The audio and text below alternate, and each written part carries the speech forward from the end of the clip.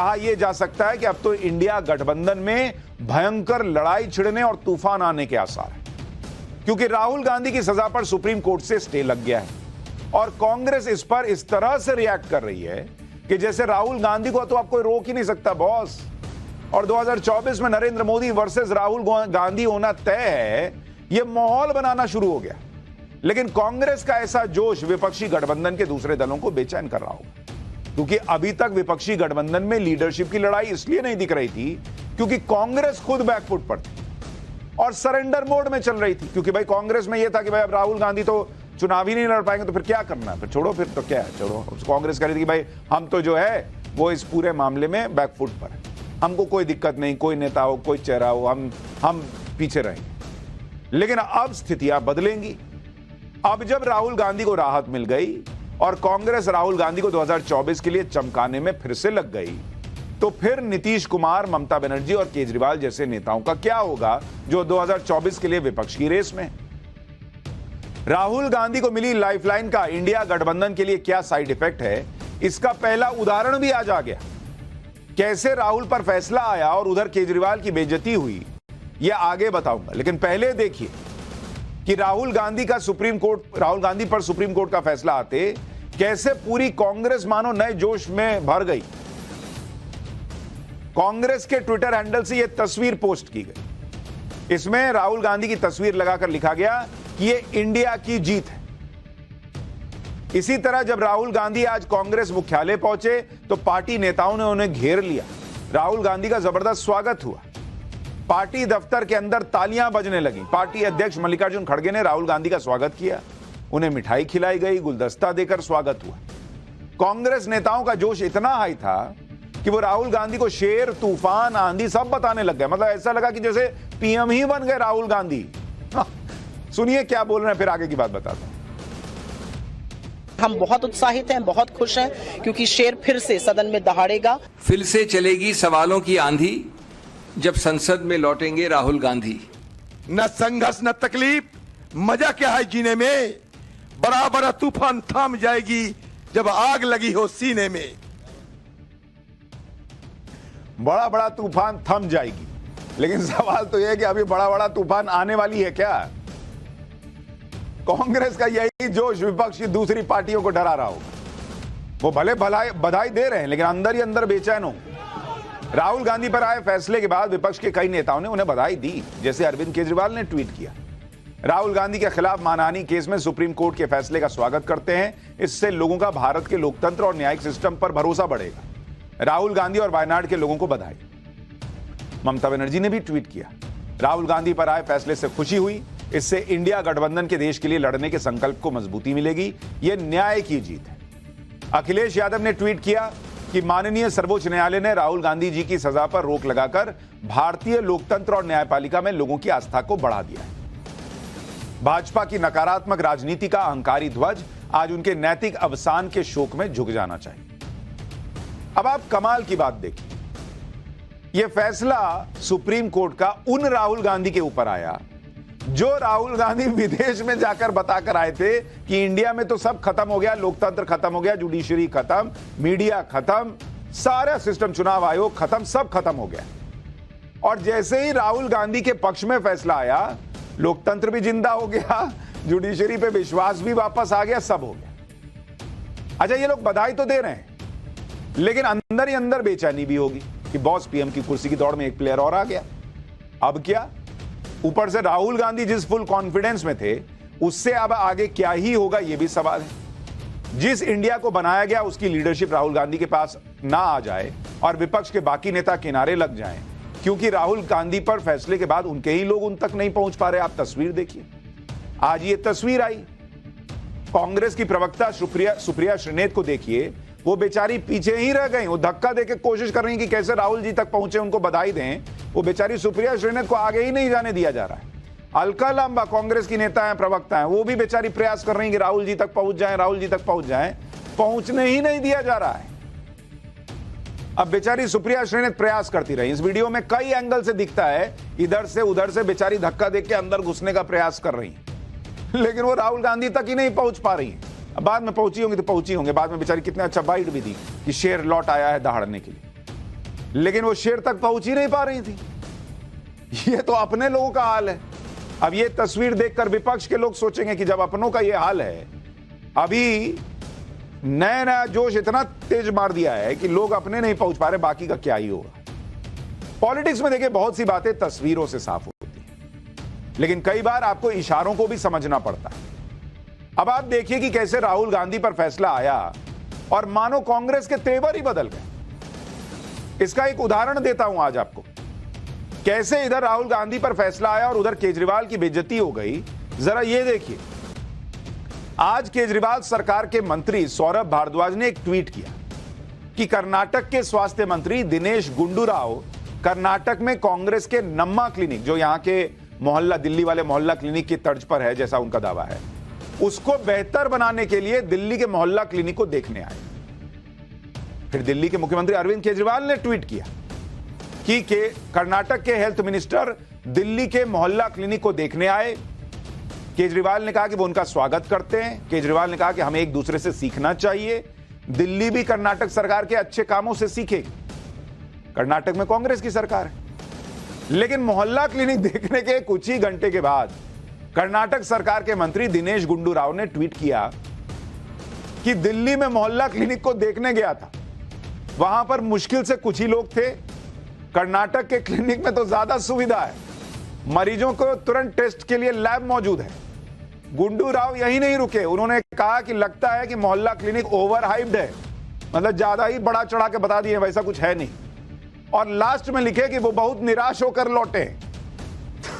तो इधर केजरीवाल जो हैं, उनके मंत्री जो हैं, वो ताली ठोक रहे थे कि देखिए देखिए ये कर्नाटक वाला कांग्रेस सरकार का स्वास्थ्य मंत्री हमारा मोहल्ला क्लिनिक देखने आया, हम लोग एक दूसरे से सीखेंगे। वो भाई साहब ने कुछ घंटे बाद कह दिया गया बेकार मोहल्ला क्लिनिक, क्या है इसमें जी, ऐसा तो कुछ नहीं है, ओवर हाइप है। मतलब घनघोर बेइज्जती हो गई केजरीवाल सरकार की। लेकिन इसमें राहुल गांधी के फैसले का एंगल भी है जो मैं आपको बताना चाहता हूं।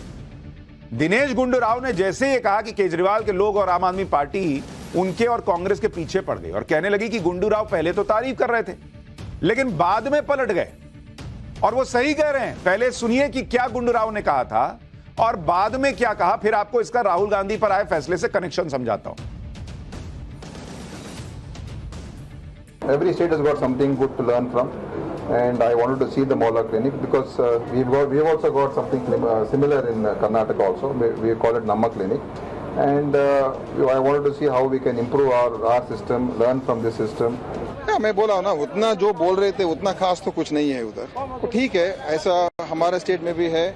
और उतना भीड़ भी नहीं था, उतने लोग भी नहीं थे, और it's not a game changer, it is I'm not saying it is bad, but it's not like the way it is made out to be. तो दिन में जो कर्नाटक के स्वास्थ्य मंत्री कह रहे थे कि भाई हम आए हैं देखने के लिए मोहल्ला क्लिनिक, वो शाम होते होते पलट गए। अच्छा, शाम में तो बाइट आई, ट्वीट तो दिन ही में कर दिया था कि बहुत हल्ला करते हैं मोहल्ला क्लिनिक, वैसा तो कुछ नहीं दिखा हमको। एकदम ही निराशा हो गई, मूल उतर गया केजरीवाल सरकार के मंत्री का और लोगों का। ये बॉस ही क्या है, दिन में तारीफ किए शाम में पलट गए। लेकिन अब मैं आपको समझाता हूं जो मैं आपसे कह रहा था कि राहुल गांधी पे जो फैसला आया वो कैसे इंडिया में तूफान लाने वाला है। इसके लिए आपको कर्नाटक के जो ये मंत्री हैं उनके बयानों की टाइमिंग देखनी चाहिए। देखिए क्या हुआ। केजरीवाल का मोहल्ला क्लिनिक, इसी को देखने आए थे और इसी के बारे में बात कर रहे थे, मोहल्ला क्लिनिक, ठीक है। अब जरा देखिए टाइमिंग, आपको पता चल जाएगा कैसे राजनीति में करवट आनी शुरू हो गई। कर्नाटक के स्वास्थ्य मंत्री देखने गए कब मोहल्ला क्लिनिक को, करीब दोपहर 12:15 बजे। बोले कि ठीक है देख के आते हैं। ये देखने के विजुअल जो है वो 12:15 बजे के आसपास के आए। फिर उन्होंने जो वो तारीफ वाली बाइट दी, वो बाइट दी करीब 1 बजे। 1 बजे तारीफ वाली बाइट दी। फिर जो उन्होंने बुराई वाला ट्वीट किया, वो बुराई वाला ट्वीट किया 2:56 पर, 2:56 PM पर। अब आप कहेंगे 1 बजे तारीफ कर रहे थे कर्नाटक के स्वास्थ्य मंत्री दिल्ली के मोहल्ला क्लिनिक की, 2:56 में वो मोहल्ला क्लिनिक को बोला बेकार। बट ये 1 घंटा 56 मिनट के बीच ऐसा क्या हुआ कि उनका बदल गया मामला? इसके बीच में आया राहुल गांधी पर फैसला। राहुल पर फैसला आया। यह फैसला जो आया वो करीब 1:30 बजे के करीब आया, 1:20 1:30 के बीच में आया। अब आप समझ जाइए पूरी कहानी। 12:15 बजे कर्नाटक के स्वास्थ्य मंत्री दिल्ली का मोहल्ला क्लिनिक देखते हैं। 1 बजे मीडिया के सामने उसकी तारीफ करते हैं, 1 बजे के आसपास। 2:56 में ट्वीट कर देते हैं कि भैया एकदम बहुत ओवर हाइप्ड है, हम तो निराश होकर लौटे, मजा नहीं आया। और इस बीच 1:20 1:30 बजे के करीब राहुल गांधी पर फैसला आ गया। यानी राहुल गांधी पर फैसला आया और यह तारीफ जो है वो बुराई में कन्वर्ट हो गई। और ये तो अभी शुरुआत हुई है बॉस। फैसला आने के 1 घंटे के अंदर ये हो गया। अभी तो राहुल गांधी जैसे जैसे पिकअप पकड़ेंगे तब देखिए क्या क्या होगा। विपक्ष में इसी टकराव की बात कल अमित शाह ने लोकसभा में की थी। दिल्ली सर्विसेज बिल पर बोलते हुए गृह मंत्री अमित शाह ने कहा था कि अगर बिल पास हो गया तो केजरीवाल विपक्ष के अलायंस को छोड़ देंगे। एक बार सुनिए अमित शाह ने कल क्या भविष्यवाणी की थी। मेरी अपील है विपक्ष के सदस्यों को कि आप दिल्ली की सोचिए, अलायंस की मत सोचिए। अलायंस से फायदा नहीं होने वाला है। अलायंस होने के बाद भी पूर्ण बहुमत से नरेंद्र मोदी प्रधानमंत्री बनने वाले हैं। और वैसे भी मैं बता देता हूं विशेषकर कांग्रेस पार्टी वालों को कि ये बिल पारित होने के बाद वो अलायंस में आपके साथ आने वाले नहीं है। तो जो सच है वो करिए।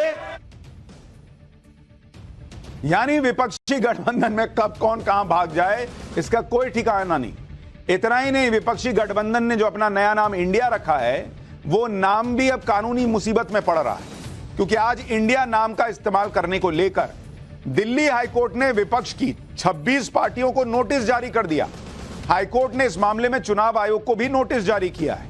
हाईकोर्ट ने 26 विपक्षी पार्टियों और चुनाव आयोग से जवाब मांगा है और इस मामले में अगली सुनवाई की तारीख 31 अक्टूबर तय की है। हाईकोर्ट इस मामले में जिस अर्जी की सुनवाई कर रहा है उस अर्जी में कहा गया है कि विपक्ष अपने स्वार्थ के लिए इंडिया नाम का इस्तेमाल कर रहा है और यह 2024 के लिए निष्पक्ष चुनाव को प्रभावित कर सकता है, क्योंकि विपक्ष के नेता इंडिया का नाम लेकर जनता में भ्रम फैला रहे हैं। अर्जी में यह भी कहा गया है कि the emblems and names prevention of improper use act 1950 के सेक्शन 2 और सेक्शन 3 के तहत इंडिया नाम का इस्तेमाल किया ही नहीं जा सकता।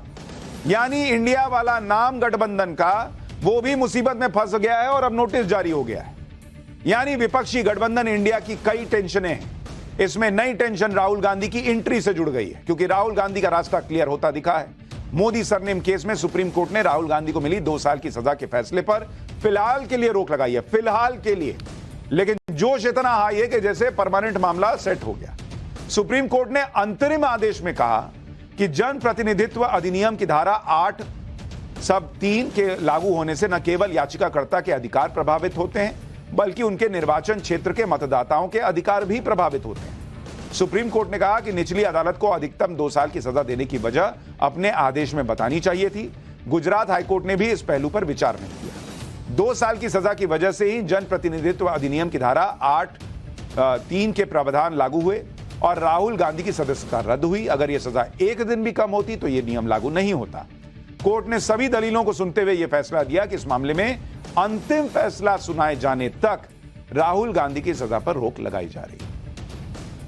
लेकिन कांग्रेस का डबल स्टैंडर्ड भी देखिए। अगर किसी कोर्ट से राहुल गांधी को सजा देने वाला फैसला आता है तो लोकतंत्र, संविधान सब खतरे में आ जाता है। राहुल गांधी विदेश में जाके बता आते हैं कि बॉस इंडिया में कुछ बचा नहीं, आप लोग कर क्या रहे हैं। और जब कोर्ट से राहुल गांधी को राहत मिल जाती है तो कांग्रेस के नेता कहने लगते हैं कि संविधान और लोकतंत्र की जीत हुई है।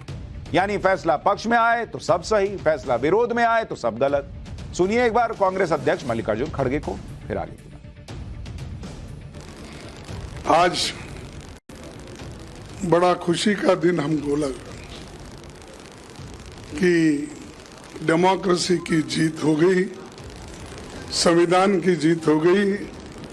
सत्यमेव जयते जो हमारा नेशनल सिंबल के नीचे लिखा हुआ रहता है, वो उसका जीत आज हुआ है। इसलिए हम सारे लोग खुश हैं। अभी संविधान जिंदा है, बाकी है और न्याय मिल सकता है, ये इसका एक बहुत बड़ा उदाहरण है। संविधान, लोकतंत्र और भारत के आम लोगों की ये जीत हो गई है। सिर्फ राहुल गांधी जी का जीत नहीं है, सारे भारत के जनता की जीत है और डेमोक्रेसी की जीत है और संविधान के उसूलों की जीत है। इसीलिए एक बहुत बड़ा फायदा देश के लोगों को हुआ है।